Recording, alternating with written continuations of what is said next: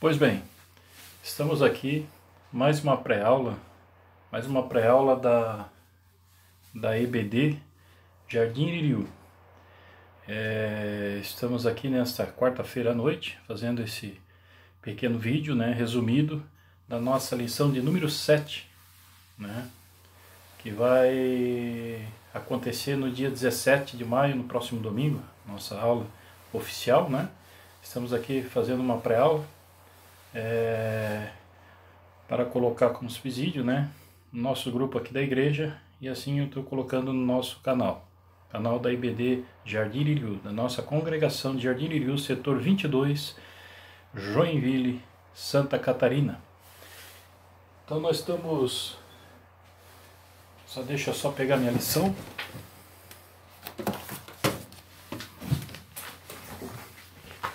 A nossa lição, que seria a lição da igreja eleita, redimida pelo sangue de Cristo e selada com o Espírito Santo da promessa.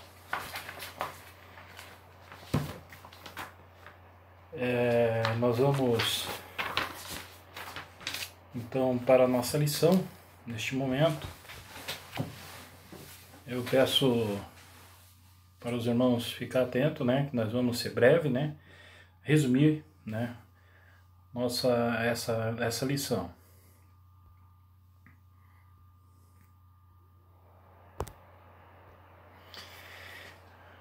Pois bem, como nós tínhamos visto, o nosso título, Cristo é a nossa reconciliação com Deus. Esse é o título dessa lição, o qual nós vamos abordar agora, que é o qual nós somos reconciliados, com Deus. E a nossa verdade, nosso textuário, nos diz assim: porque Ele é a nossa paz, o qual de ambos os povos fez um, e derribando a parede de separação que estava no meio. Efésios 2 e 14. Este é o nosso textuário. E a resposta do textuário se encontra na nossa verdade prática, a qual diz: por meio da maravilhosa graça divina,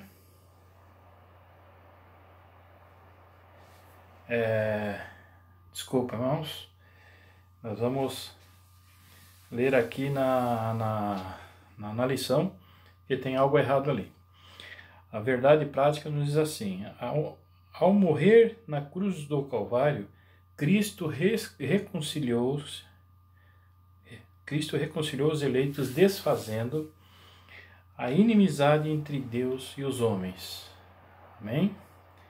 Então nós vemos que seria uma resposta, vamos dizer, do textuário, É a resposta.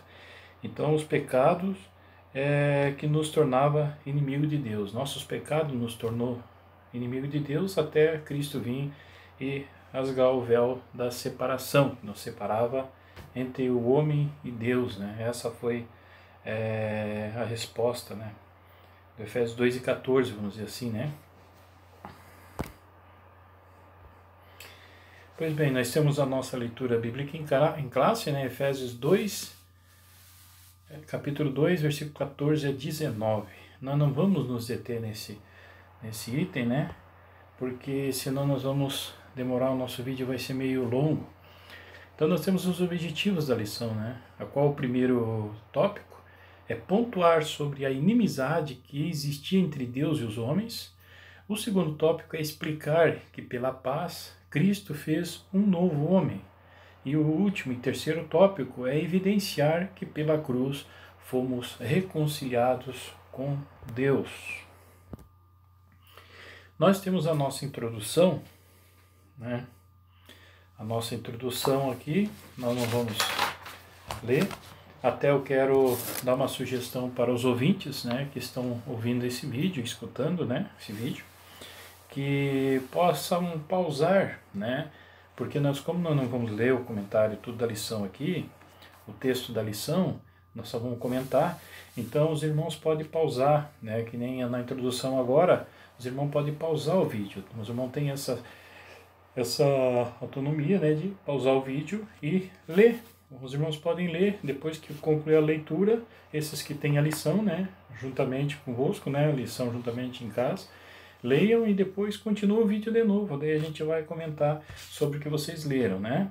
Então nós vamos aqui. Então essa introdução, na lição anterior, analisamos o antigo quadro Desolador, né, acerca dos gentios, em que o apóstolo Paulo descreveu nesta lição. Nesta lição veremos que houve uma significativa mudança na sequência do capítulo 2. Amém? Se outrora o pecador estava numa situação caótica, desoladora e perdida, agora a sua condição mudou por causa da obra de Cristo no Calvário.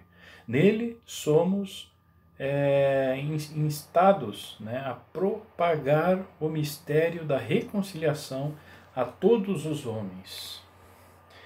Pois bem, nós vamos aqui a introdução, o mundo antigo, ele tinha as suas barreiras, né, seus muros, suas cercas, né. O judeu ele odiava e considerava assim odiado e desprezado por Deus, né, ao não judeu. Eles eram odiados pelo não judeu, né, os judeus, né, eram odiados pelo não judeu, vamos dizer assim. Então o grego ele agrupava os bárbaros entre as bestas e pensava que a guerra sem quartel contra elas estavam a mesma natureza das coisas. Então hoje em dia existe ainda cortinas de ferro, barreiras alfandegárias e divisões entre nações, e classes, raças, né, e igrejas, vamos dizer assim, né.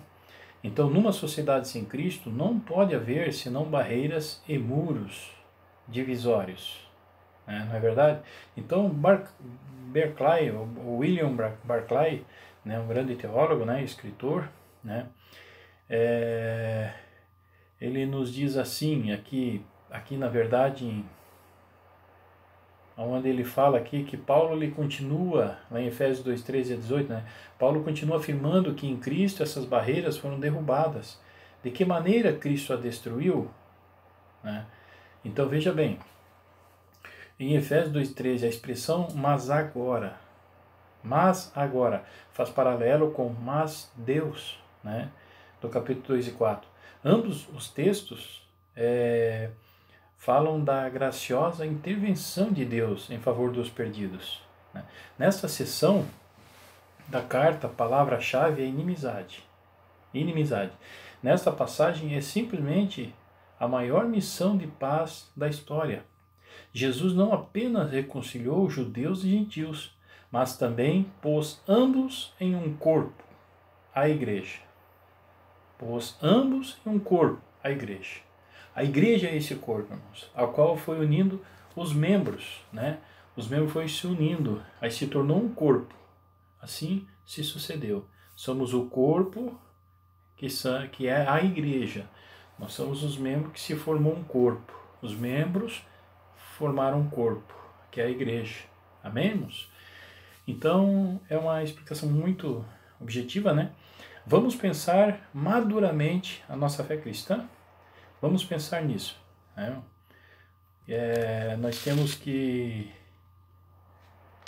queremos ir agora mais além, né? Só demos uma pincelada aqui. Nós vamos aqui então no tópico 1. Cristo desfez a inimizade entre os homens, né? Cristo desfez a inimizade entre os homens. O exclusivismo religioso criou inimizade entre judeus e gentios. Não é verdade? Nesse ponto, nós veremos o que Cristo fez para dar fim a esse litígio entre os homens. Nesse ponto. Então, nós vemos aqui no ponto 1, né, onde fala sobre a parede da separação.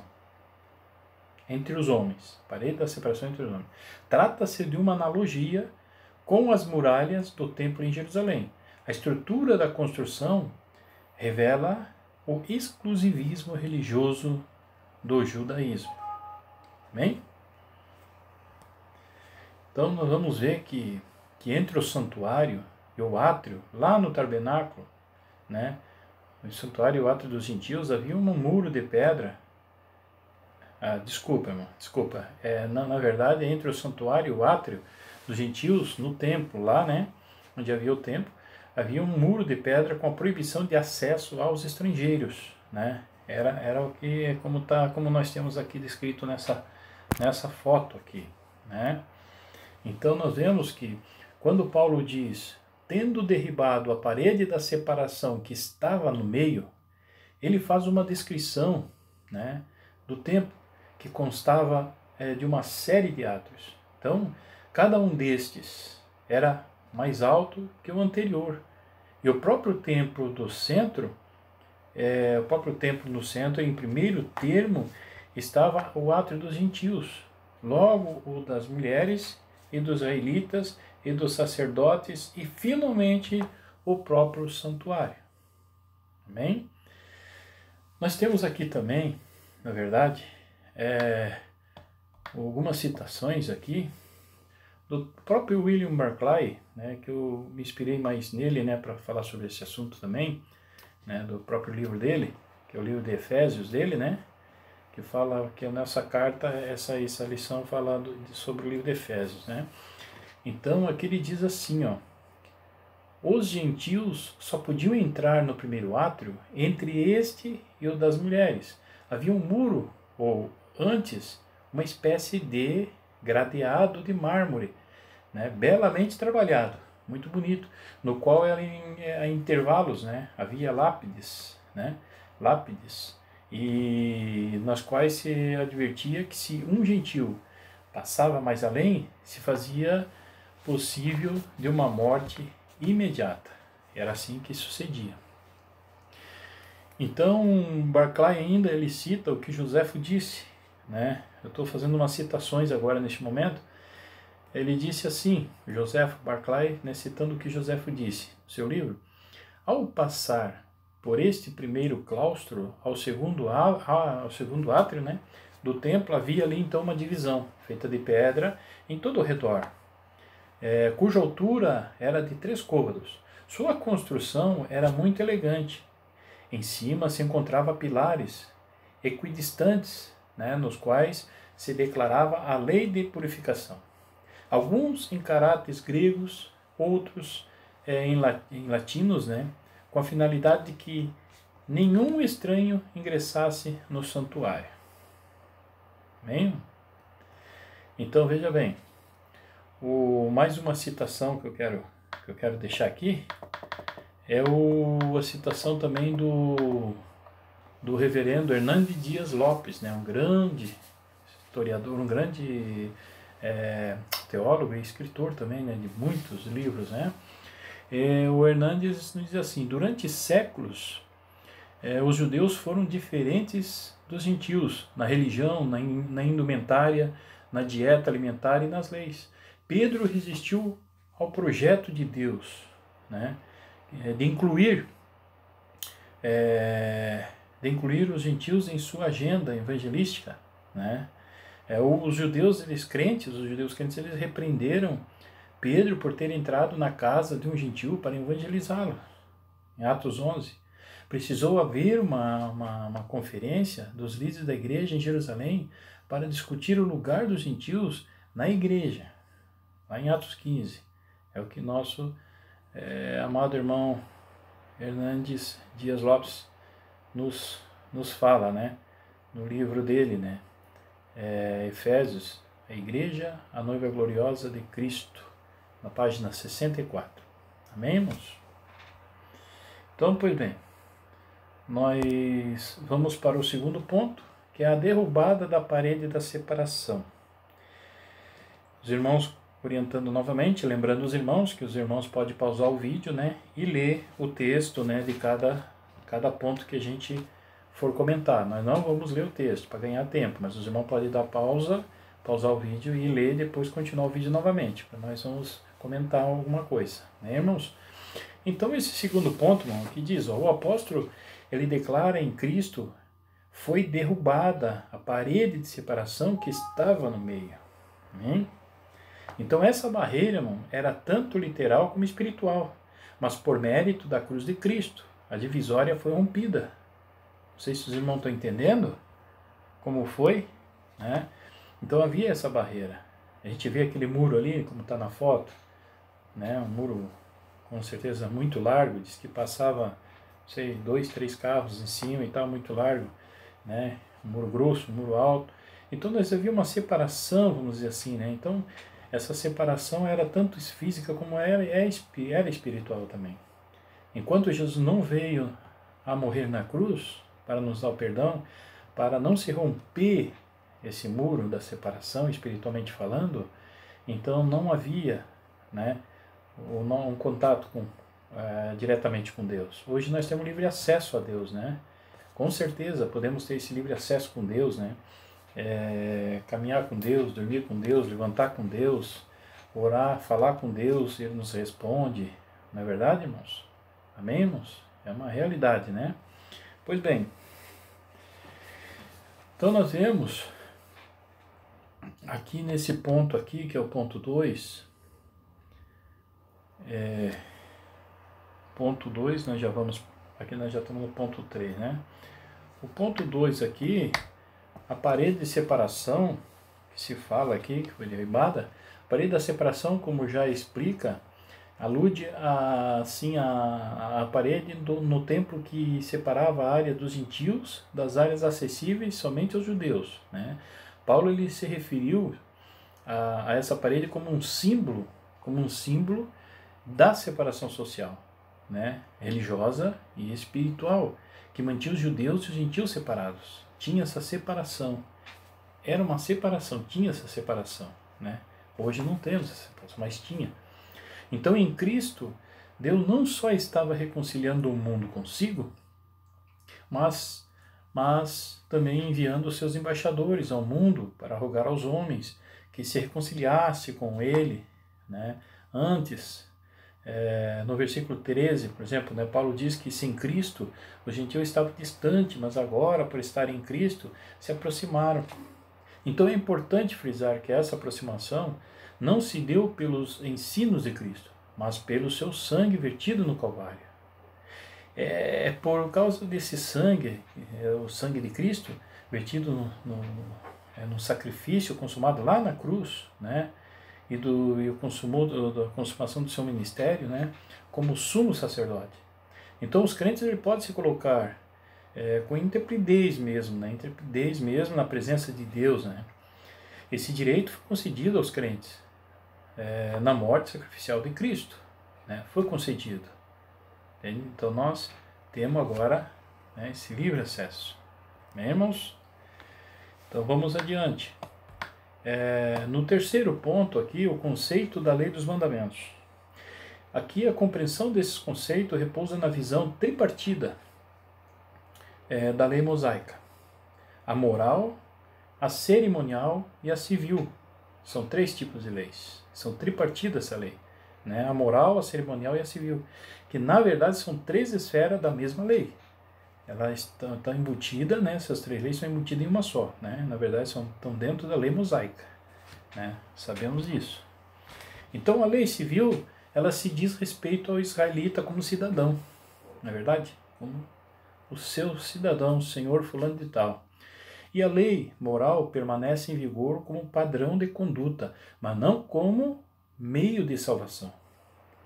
E a terceira, a lei cerimonial. Se trata da circuncisão, sacrifícios, comida e bebida, dias de festas, lua nova e sábados. Essas são as leis cerimonial.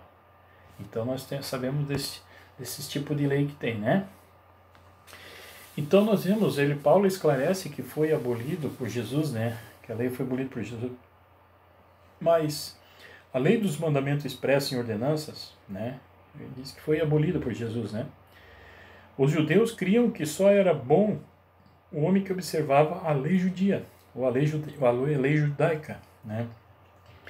Só dessa maneira podia se obter a amizade e a comunhão com Deus. Naquele tempo era assim. Quando se obtinha a lei, obedecia a lei, aí era, né, o verdadeiro, vamos dizer assim, servo de Deus, né? Porque não havia Cristo ainda, era o homem que andava com Jeová, né?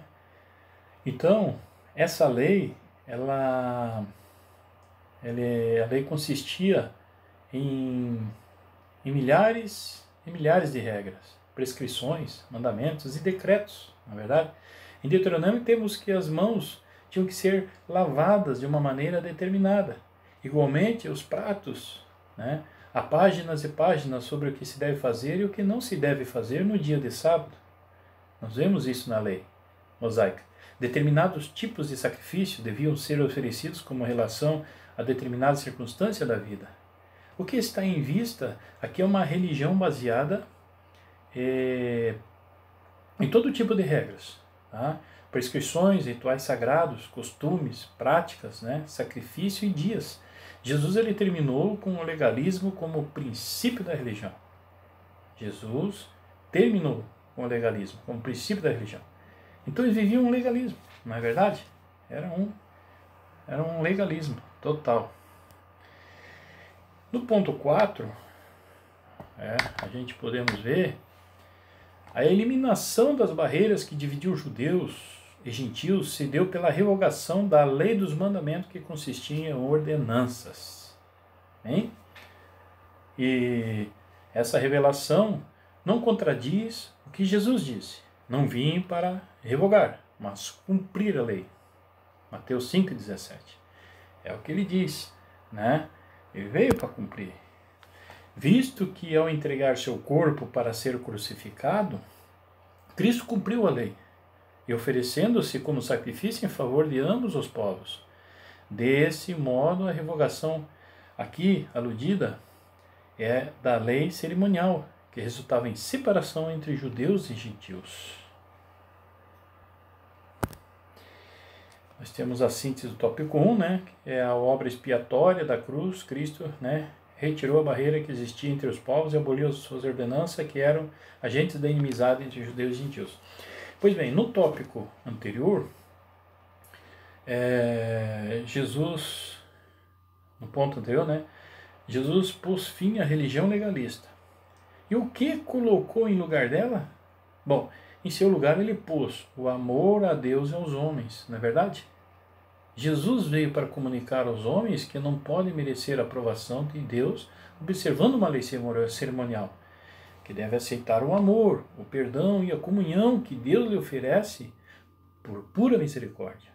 Ele veio abolir as leis, com a lei dele. Qual é a maior lei que ele deixou? Né? Amar a Deus sobre todas as coisas e amar o teu próximo com a ti mesmo. Então essa é a nossa lei, nós temos que amar, é só o amor. Essa é a primeira lei, é a lei de todas as leis. Na verdade, o amor ao próximo, o amor por nós mesmos e a Deus, né? Claro, primeiramente a Deus, né? Sobre todas as coisas. Então nós vimos aqui até inclusive, por meio da sua morte, né, Cristo aboliu as leis. Então a festa e os sacrifícios cerimoniais que separavam especificamente os judeus dos gentios, como explica o subtópico 3, a lei moral de Deus, conforme resumida nos 10 mandamentos e escrita no coração de todos os homens, não é verdade? Já sabe, né? Então, muitos sabem até decor, não foi abolida, mas incluída na nova aliança. Então, não obstante, porque se reflete a sua própria natureza santa, não é verdade? Então, se reflete ali.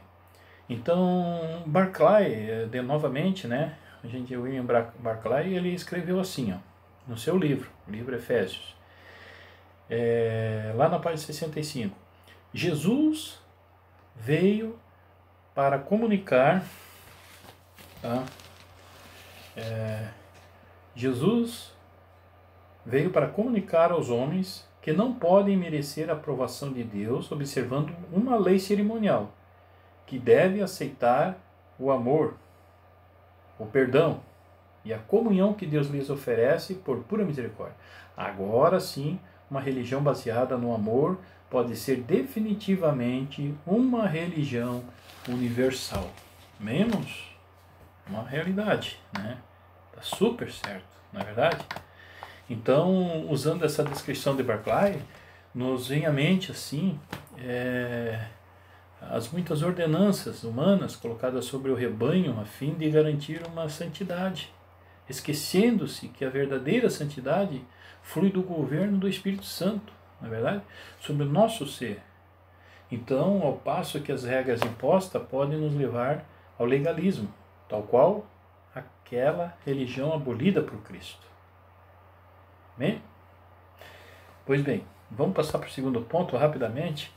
Pela paz, Cristo fez um novo homem. Pela paz, Cristo fez um novo homem. Eu quero ser breve aqui. O ponto 1, que fala sobre o conceito bíblico, né? Aqui, onde fala sobre o conceito bíblico de paz, né? Mas primeiro nós vamos ler sobre a introduçãozinha ali, né? E fala sobre ali a introduçãozinha. A partir da expiação na cruz, a paz foi proclamada entre ambos os povos judeus e gentios. Cristo fez uma nova humanidade. Então essa seria aquela introdução. Então ali no conceito bíblico de paz, no primeiro ponto, do segundo tópico, de forma geral, a paz é a descrição de boas relações,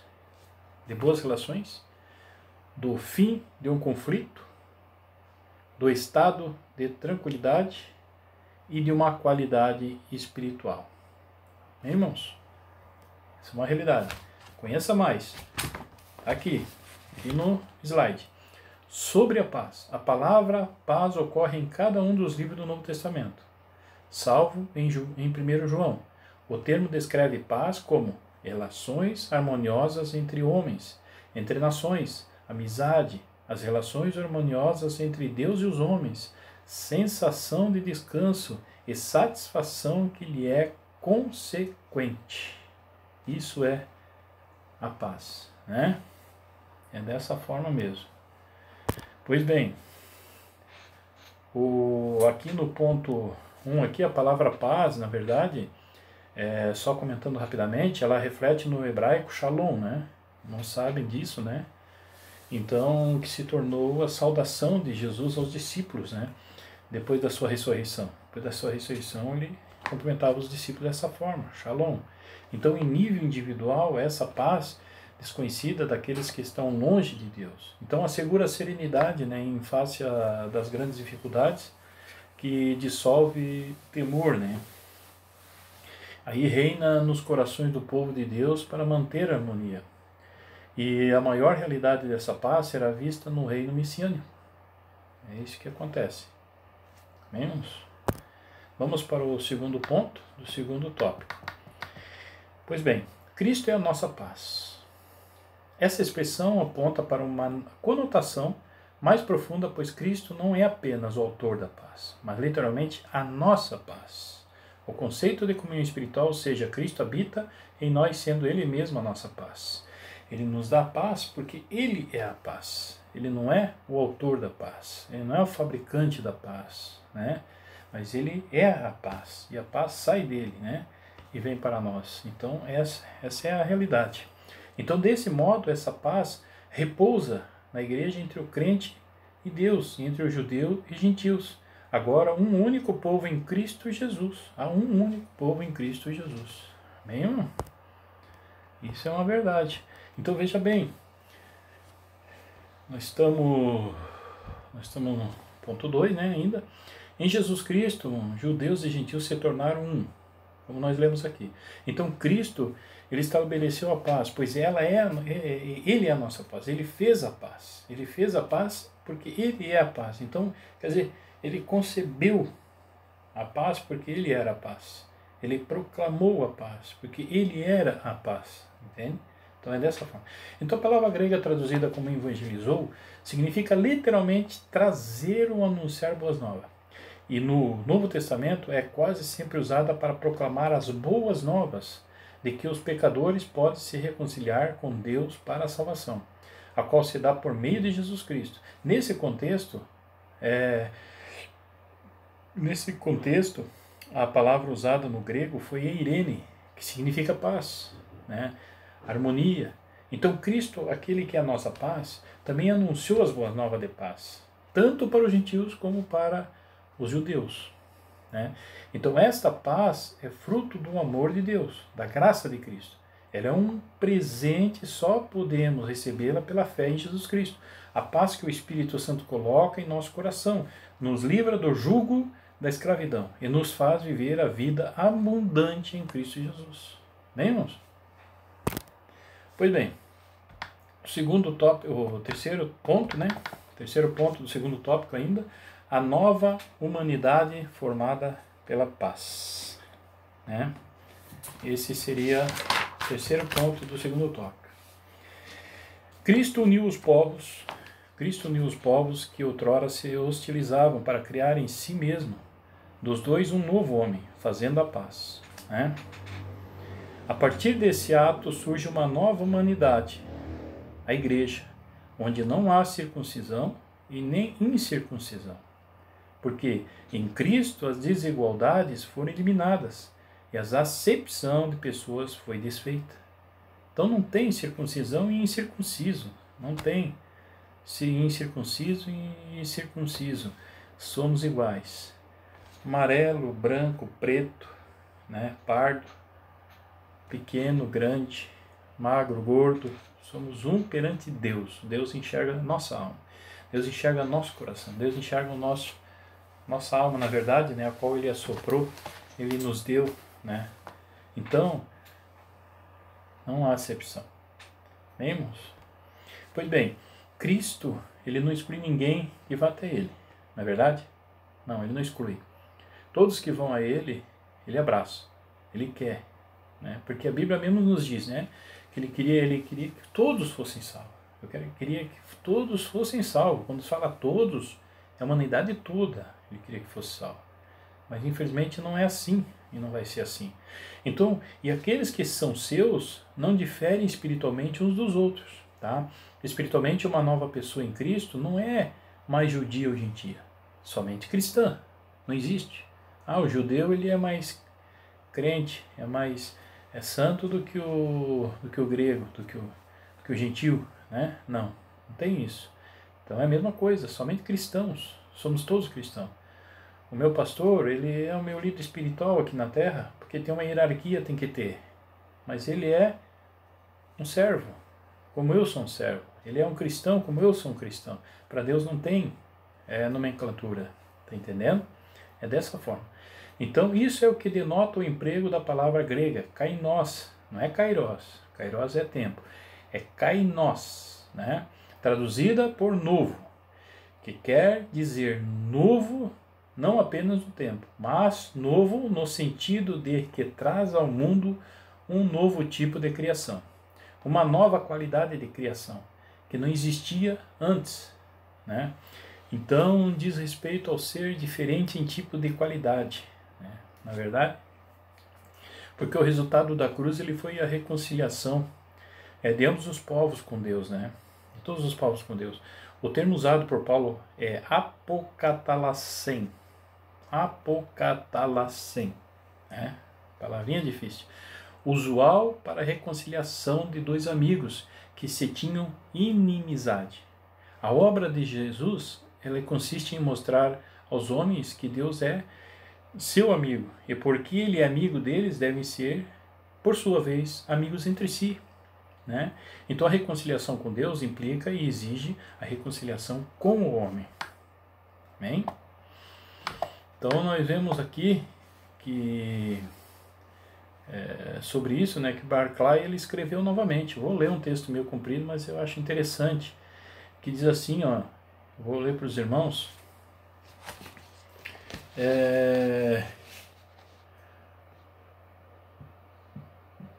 Por meio de Jesus, tanto o judeu como o gentil têm o direito de acesso a Deus. A palavra que usa Paulo para acesso é prosagoge. Uma palavra com muitas matizes. Aplica-se ao oferecimento de um sacrifício a Deus, ao acesso do homem à presença de Deus, para ser consagrados ao seu serviço. Apresentação de um orador ou embaixador na Assembleia Nacional. E, acima de tudo, aplica-se a introdução de uma pessoa à presença do rei. Efetivamente, na corte real persa, havia um funcionário chamado de prosagogueus, cuja função era apresentar perante o rei Ana aos que haviam solicitado audiência. É uma sorte inestimável desfrutar do direito de, a qualquer momento, ir a uma pessoa admirável, sábia e santa, de interromper, até incomodando-a, e a levar-lhes nossas dificuldades, nossos problemas, nossa solidão e nossas tristezas. Este é exatamente o direito de Jesus nos dá a respeito a Deus. Por Jesus sempre estão abertas as portas. A presença de Deus, tanto para o judeu como para o gentil. Amém? É uma verdade, né? É uma verdade. Irmão, nós queremos passar rapidamente já para o ponto 3, pela cruz reconciliados com Deus no corpo. Já queremos ir rapidamente, né? Porque o tempo se passa. Primeiro ponto diz: Cristo se fez maldição por nós, né?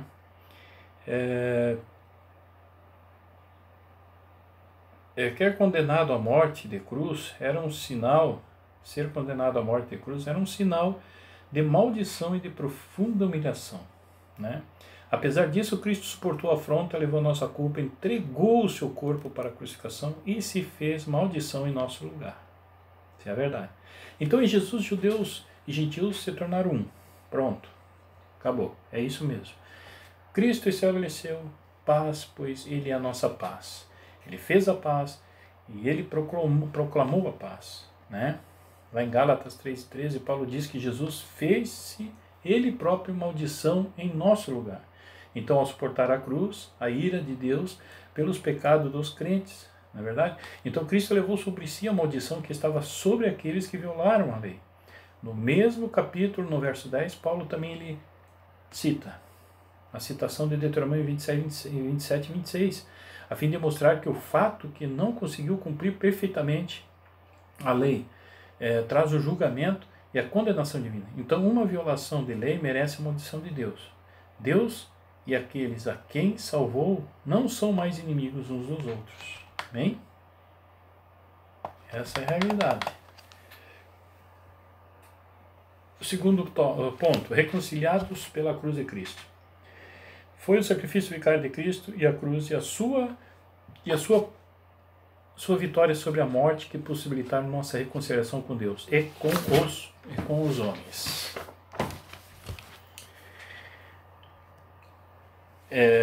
Tudo isso provém de Deus, que Deus reconciliou consigo mesmo, né, por meio de Cristo, e nos deu o ministério da reconciliação, né, já que Deus em Cristo estava reconciliando consigo o mundo, não lançando em conta os pecados dos homens, e nos confiou a mensagem da reconciliação. 2 Coríntios 5, 18 e 19. Interessante, né? Veja bem, então o Ministério da Reconciliação fala a respeito da realidade de que Deus ele deseja que os homens pecadores ele se reconciliem com Ele, né? Essa é a verdade. Então, Deus chama os crentes para proclamar o Evangelho da reconciliação aos outros, não é verdade? Eu não vou me deter aqui, tem um assunto aqui do Hernandes Dias Lopes, que é muito grande, né? Eu vou mais para frente um pouco. Vamos então já para o terceiro ponto, reconciliados na cruz em um corpo. A ira de Deus, que é por causa dos pecados, estava sobre nós. Foi cravada na cruz. Assim a reconciliação foi concretizada pela cruz, gerando um novo povo, num único corpo, a família de Deus, a Igreja de Cristo. Essa é a família de Deus. Amém? Estamos vendo aqui como os judeus e os gentios são unidos a Deus por meio de Cristo Jesus. Eles são unidos uns aos outros. Então essa é a inimizade horizontal citada pelo comentarista, né? Isso foi realizado na cruz, onde Jesus tornou-se maldito. Então, tendo suportado a ira de Deus, de modo que a justiça divina fosse satisfeita e a reconciliação com Deus se tornasse realidade. Pronto, acabou. Essa era a inimizade vertical citada e que agora foi desfeita para aqueles alcançados pelo Evangelho da Paz. O homem reconcilia-se com Deus quando este o restaura a um relacionamento justo que ele por meio de Jesus Cristo. Então a morte substituta de Cristo na cruz, que pagou já o preço total pelo pecado de todos aqueles que creem, né? Tornou a reconciliação possível e verdadeira a todos nós. É somente por meio de união com Jesus Cristo aqueles que estão irremediavelmente, né, mortos em seus pecados recebem a vida eterna. Essa é uma verdade, né? Nós temos, porque somente por meio dessa união, né, irmãos? Somente por essa união. Eu já vou passar para a conclusão. Quero passar para a conclusão, né? Vamos só ler aqui: em obediência ao plano divino, né, Cristo cumpriu as demandas da lei na cruz em seu sacrifício, derrubou as barreiras e aboliu as ordenanças cerimoniais que serviam de divisão. Então, por meio da paz conquistada no madeiro, desfez a inimizade e criou uma nova humanidade e a reconciliou com Deus. A partir dela, formou um novo povo, a Igreja, o corpo de Cristo. Essa é a realidade. Amém, irmãos? Então, fique com esse resumo dessa lição, né? E os irmãos puderem compartilhar, nós vamos estar colocando no grupo da igreja, né?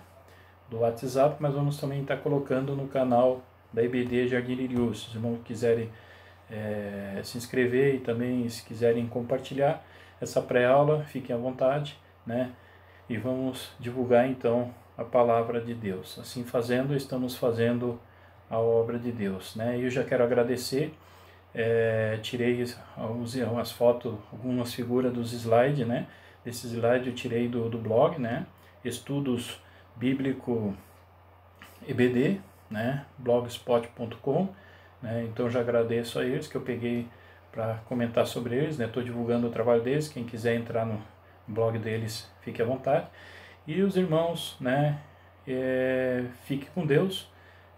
Que seja proveitosa nessa aula e que Deus abençoe, fique na paz do Senhor e que Deus abençoe a todos. Amém.